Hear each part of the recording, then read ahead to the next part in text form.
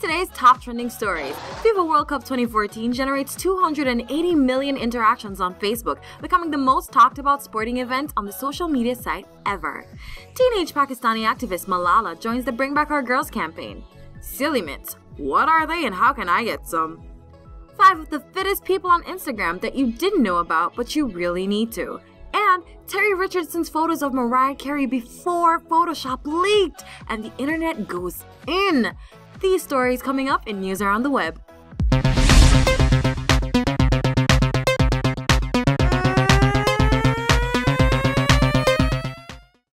Hey everyone, I'm Aisha Ricketts bringing you the news from around the web. We're going to kick things off today with some sports news. On Sunday, we saw the end to what was a truly nail-biting and record-breaking World Cup, where Germany beat Argentina 1-0 to take home the title of the 2014 FIFA World Cup.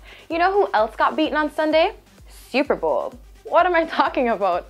Well, on Sunday, World Cup 2014 generated 280 million interactions on Facebook, and interactions are posts, likes, comments, beating the record previously held by Super Bowl as the most talked about event on Facebook when they generated 245 million interactions. This means that World Cup 2014 beat Super Bowl 2013 by about 35 million interactions.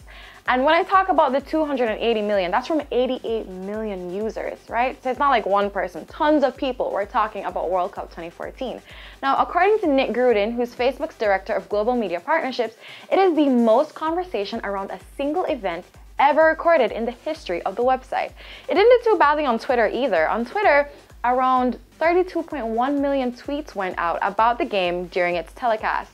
Now, the month-long event of World Cup generated about 3 billion interactions on Facebook in total. What do you guys think? Was this World Cup the best World Cup ever? Did you help FIFA in shutting down Facebook? Did you post any videos? Did you post any football memes? Did you like or comment on any? Let us know what you did in the comments down below. So in Market Buzz, I tell you guys about new products hitting the market that are super different from what you're used to and that are generating quite a nice little buzz for themselves here on the internet. So today I've got to tell you guys about Silly Mitts. What are Silly Mitts? Silly Mitts are some space-age technology and oven mitts that are taking the world by storm. Now, Silly Mitts are made from 100% FDA-approved silicone, right? Don't be fooled by the fact that they're made from plastic though. These are some heavy-duty oven mitts. They're made for withstanding temperatures of up to 482 degrees Fahrenheit. Another good thing about Silly Mitts is that they're really big. They're made for both male and female chefs and extend really far up your forearm to just below your elbow. So whether you're grilling or frying with them, they're going to protect your hands, they're going to protect your forearm from getting burnt. The insides of them are super comfy. They've got quilted inner lining made from 50% cotton and 50% polyester. Another great thing about Silly Mitts is that they're 100% waterproof and they have a raised surface area on the palm, which makes them super great for gripping just about anything. The best part about Silly Mitts though is that they're super duper affordable. So head on over to Amazon.com today and get yourself a pair of Silly Mitts. I don't care if you've got oven mitts already, throw them out, you need Silly Mitts. Silly Mitts are 100% News Around the Web approved. In today's international news, Malala Yousafzai joins the campaign to bring back our girls. Now, if you've been following your international news this year, then you should know about the over 300 Nigerian schoolgirls who were abducted from their boarding school by the Islamist militant group Boko Haram. These girls who were abducted are being sold as wives to the militants. Now, about 50 of them managed to escape to let everyone know what was going on, but there are still over 200 of them in captivity. And regardless of pleas from the government, from the families of the kidnapped girls, they're refusing to let them go home. Now, the plight of these Nigerian schoolgirls has triggered an international social media campaign with a hashtag #BringBackOurGirls. Now, this was supported by a lot of celebrities by tweeting pictures of themselves holding signs with the hashtag #BringBackOurGirls. A lot of notable celebrities who participated in this would be Michelle Obama, Angelina Jolie, Ellen DeGeneres, Queen Latifah, Anne Hathaway, Drake, even P. Diddy, right? And the goal of this campaign is really to bring media awareness to the situation so that the government can do something and send these girls some help because they need it, you know? And basically, the fight has been joined by Malala Yousafzai, who's arguably the most famous schoolgirl in the world. Now, if you don't know who Malala is a 17-year-old Pakistani activist for women's and educational rights. Now, she rose to fame internationally after surviving a shot to the head from the Taliban. Malala, as a part of her efforts to bring back the girls, went on a trip to Nigeria last week and met with Nigerian President Jonathan Goodluck, who promised her that the girls would be returning home soon, safely. As another part of her visit to Nigeria, Malala also visited with the families of some of the girls who got abducted. And in a plea directly aimed at the Boko Haram, she's quoted as saying, "Release your sisters, release my sisters, and release the daughters of this nation. Let them be free." Now, this was said at an event in Abuja to mark the UN-declared Malala Day, which is named in her honor, to promote the education of girls and women. What do you guys think? Isn't it crazy that there are places in the world in this day and age where women don't have equal rights to education as men? And even crazier that there are religious groups who are trying to control the government and they're, trying to restrict people's religious freedom? I mean, do you think these guys deserve a taste of some good old American justice? Or do you think that maybe America should stop interrupting the internal affairs of other countries? Let me know what you think in the comments down below. In today's health and fitness news, we're going to tell you guys about some Instagrammers who are not Insta celebs but totally deserve to be. Their daily lifestyle, as shown to us by their Instagram pics, are an inspiration to all of us who want to live the fit life. So, here are 5 Instagrammers that you don't know but you really need to. First off on our list, we have Sarah DeSalt.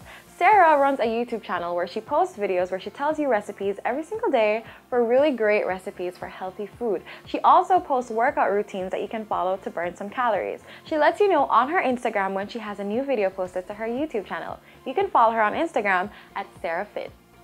Next on the list is Anja Garcia. Now, this super busy woman is an Equinox trainer, she's a pediatric ICU nurse, and she's also a trainer on the fitness website The Daily Burn. Now, if you head on over to her Instagram, you can see pictures of her doing, regular everyday stuff like a handstand in the middle of the park, or clips of her kicking some serious butt on her workout show on The Daily Burn. Now, head on over to Instagram and follow Anja Garcia. Now, this next lady on our list is a health coach and also an editor at the health and fitness blog Everyday Health. Now, she's definitely living the fit life, as evidenced by her Instagram pics, where she posts sweaty pictures of herself during and after workouts and daily pics of all the yummy, healthy food she's eating. Now, I couldn't find out her name, but you can follow her on Instagram at wannabehealthnut. Next up on our list is Tara Stiles. This woman is an incredible yogi. If you check out her Instagram, she posts pictures of herself doing some really difficult yoga poses. And if you haven't already gotten into yoga, trust me, if you check out her Instagram, you'll definitely be interested. So she uses her Instagram to post pictures of both herself and the classes she conducts at her yoga studio. So you can follow her personally on Instagram at Tara Stiles or follow her yoga studio at Strala NYC. Last but definitely not least on our list is the beautiful Lorraine Haddad. Now, Miss Haddad is a fitness coach who runs a women's only fitness boot camp in Miami. And if you check out her Instagram, she's always posting pictures of her super ripped bod and also short videos of herself working out where you can see her lifting some seriously heavy weights. Now, along with these posts, she always gives some inspirational quotes or short stories about how hard she's had to work to look that way and how hard she continues to work, which is an inspiration to us all. You can check out her before and after pictures on her Instagram by following her at Lorraine Haddad. Touch my body. That's what Mariah said, right? And that's exactly what she got when somebody touched her body in Photoshop. What am I talking about? Recently, unretouched pictures of the singer taken by celeb photographer Terry Richardson for a cover of Wonderland magazine leaked online. Now, Jezebel magazine was the first place to post these pictures, and on their website they have GIFs showing the before and after retouching. Now, these images also have arrows showing the different parts of her body and how they changed. You can see where they added volume to her hair, they thinned her jawline, they augmented her breasts, even though they're really huge already, so I don't really know why, and they tucked in her waist. Now, for Mariah, this is kind of no surprise because the singer has been involved in Photoshop scandals before. But I think people are more upset because of Terry Richardson, actually. His photos are supposed to be authentic. He uses a lot of amateur photography methods in his shoots, and people just see his images as the real deal. But apparently his shots aren't good enough for print because Wonderland had to retouch them before they were released. Now, a lot of people are really happy about these images being released because it furthers their agenda of letting women know that the standards of beauty presented to us in magazines and in the media in general are completely unrealistic. But at the same time, it's kind of a gross way to get the point across, because now we have people, taking these images of Mariah and breaking them down and ogling and analyzing them like bacteria under a microscope, and it's really dehumanizing. I mean, what do you guys think? Is it a good thing that these pictures are out? Is it a bad thing? Let us know what you think in the comments down below.